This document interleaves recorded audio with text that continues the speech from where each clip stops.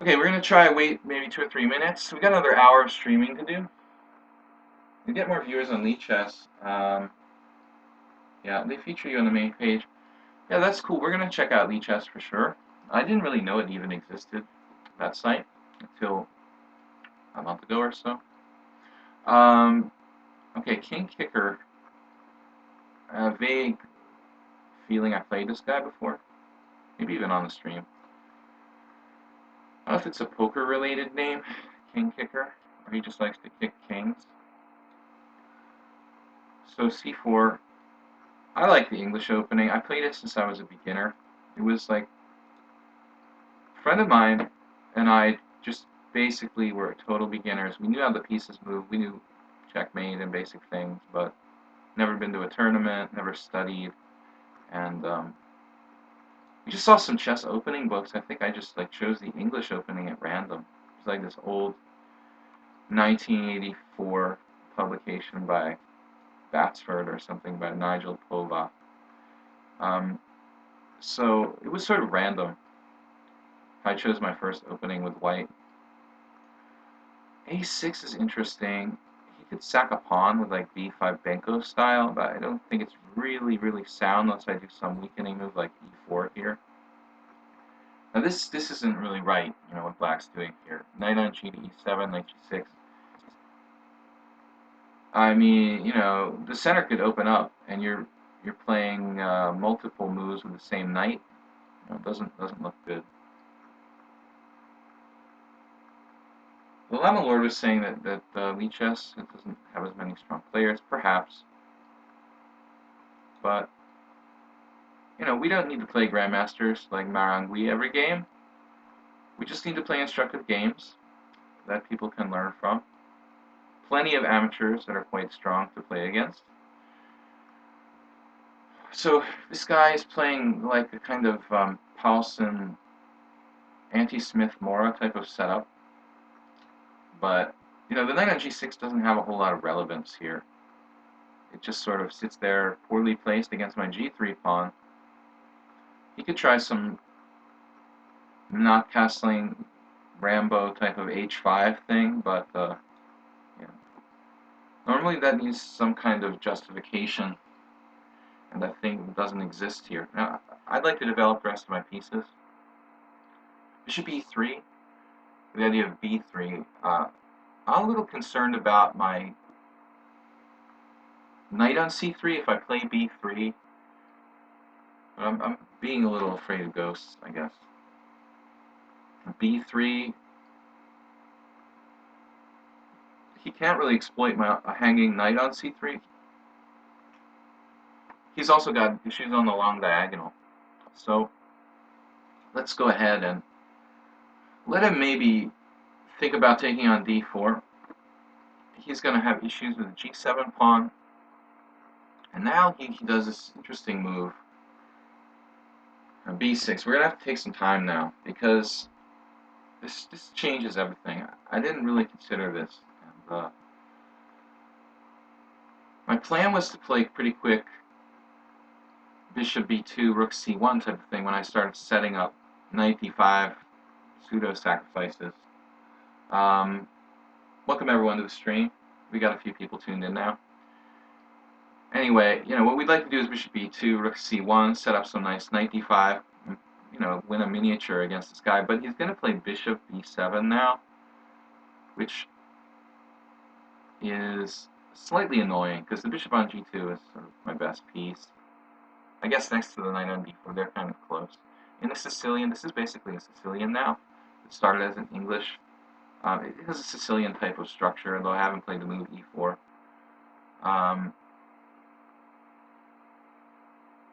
You can argue it's not a Sicilian if you want. I'm not going to fight you. But if he trades my white square bishop, there's this sort of weakening of my king's side. He can put his bishop on B6, queen on B7, where it's safe, and then try some crazy stuff with H5, H4. I'll probably be able to stop him. I think I should develop pretty straightforwardly around here. I'm not going to do any insane knight F5 sacrifices. I was thinking of taking on c6, but I don't see what that really achieves. I could do it. He's got some problems. I mean, his king side is hard to develop, but we could actually prepare like knight takes c6, bishop b2, knight e4 type of ideas, trying to use the d6 square. But it seems like he's going to play takes and bishop b7 anyway, and all I do is create a symmetrical structure if I play that kind of thing. So I think the best bet here for me is to find some kind of normal way of developing and let him play bishop b7 if he wants. It's no big deal, you know. I actually play the white side of the, for example, the white side of the Queen's Indian, where black plays like bishop a6 on move 4. In that variation, I play with white queen a4, which is a line where black often trades the white square bishops in this kind of structure, and it weakens your king side a little bit, but it's nothing earth-shaking. Black has problems that he has to solve along the, I could exchange on b7. I think it's sort of neither here nor there. It's sort of half dozen of one, 6 of the other if I take on b7. Although I have the option that when he takes on g2 and I take back, I have the option to play f3, which is usually slightly weakening, but often a good move to control the central square e4. That's what we're going to do here. Position is completely identical now to a bishop a6, Queen's Indian. It's just that his knight is on a weird square on g6, which should be good for me, I think. So f3. I like white. I like the fact that the g7 pawn is a huge problem for black. He can't play bishop c5 without hanging his game, basically. So what's he going to do? I mean, play f6? It's like he has all the weaknesses of a Smith-Morrow where he just isn't up a pawn. Queen c5 now. Interesting move, but doesn't look like I should be trading queens here. So, I mean, you could probably trade queens out with some sort of small edge. Actually, come to think about it, I mean, trading queens, he'll probably take with a pawn. And not, he still has issues. I just, he's not castled. Queen e4 is interesting, with some tactics based on maybe knight d5. It's not really my main idea. Queen d3, unfortunately, looks like it might be kind of double-edged. Good to go, Llama Lord. You gotta go. Good to go? Or gotta go? You gotta go. Thank you for joining us. We'll see you again. Glad you found the place. So I'm gonna play queen d2 here. It's not really what I wanted to do. Queen takes c5. It's better for white, but it looks a little minimalistic. So what can we do? We could do it. I mean, it's definitely better for white. It feels slightly obliging. I'd like to keep the queen on the board. What about knight e5? Is that going to be a problem for me? Probably not. All right, let's try this provocative queen d3. Now you could do queen g5, threatening to win a queen in one move or something. Knight e5. Knight e5. Honestly, I thought he's probably hurting himself in the long run, basically. Okay, let's develop. f6, rook d1. Yeah, I mean, rook d8 looks bad. We're starting to get some real threats here. Knight e4 sacrifices on f6. So actually he defends. And so, like, knight e4 would start to create some threats. Knight d5, with the idea of taking with a pawn on d5. And looks a bit dangerous for black. For example, knight d5. What does it actually threaten, though? That's the problem. It's one of those moves that looks pretty, but it doesn't do anything. Queen c6, solid move. h4. Knight e4, just invading on the d6 square looks like the most natural. That's the normal square in this kind of position for the knight. We could just settle for some sort of better ending, maybe. He's undeveloped. There are sacrifices on f6. Probably he'll play bishop e7. There's also maybe h4, h5 type of ideas. If he plays bishop e7, he gives himself knight back to f8, maybe. Counterplay here, a little hard for black to come by. And this move, this move I think is sort of like positional capitulation. But not forced loss or anything.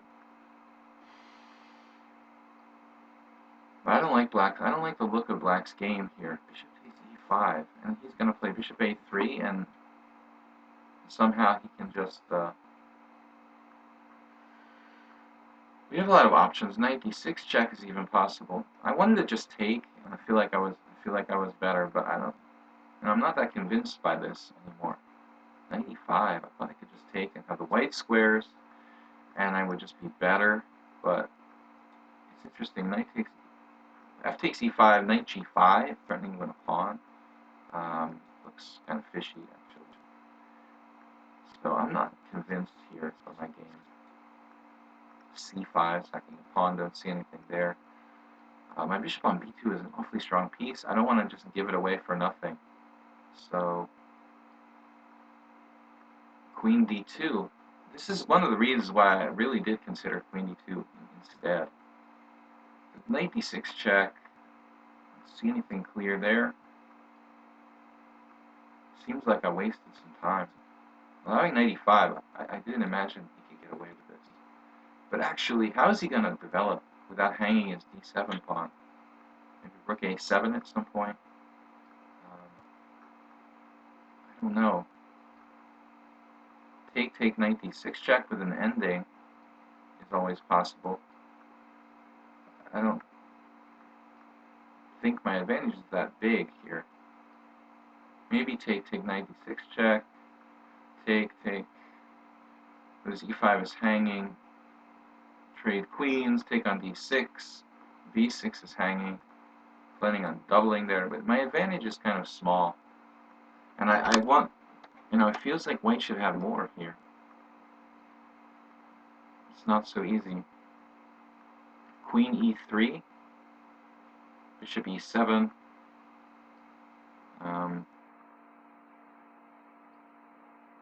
Surprisingly difficult to do something here with white.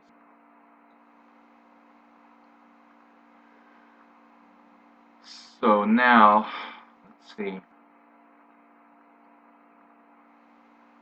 Taking enough time. Let's do queen e3.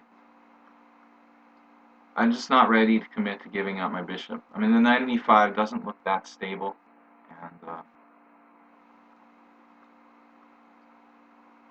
I don't know. Maybe I made a big mistake. He gets me off the file. Perhaps queen d2. Queen e2 might be better, keeping the pressure on the d file. I can also play rook d2, like bishop e7, rook d2,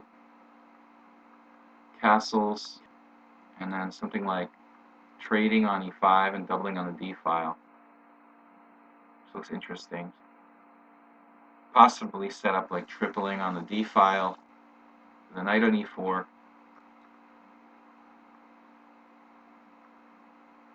If I could just... This move I hate for black. Just absolutely hate this move. I could play f4 now.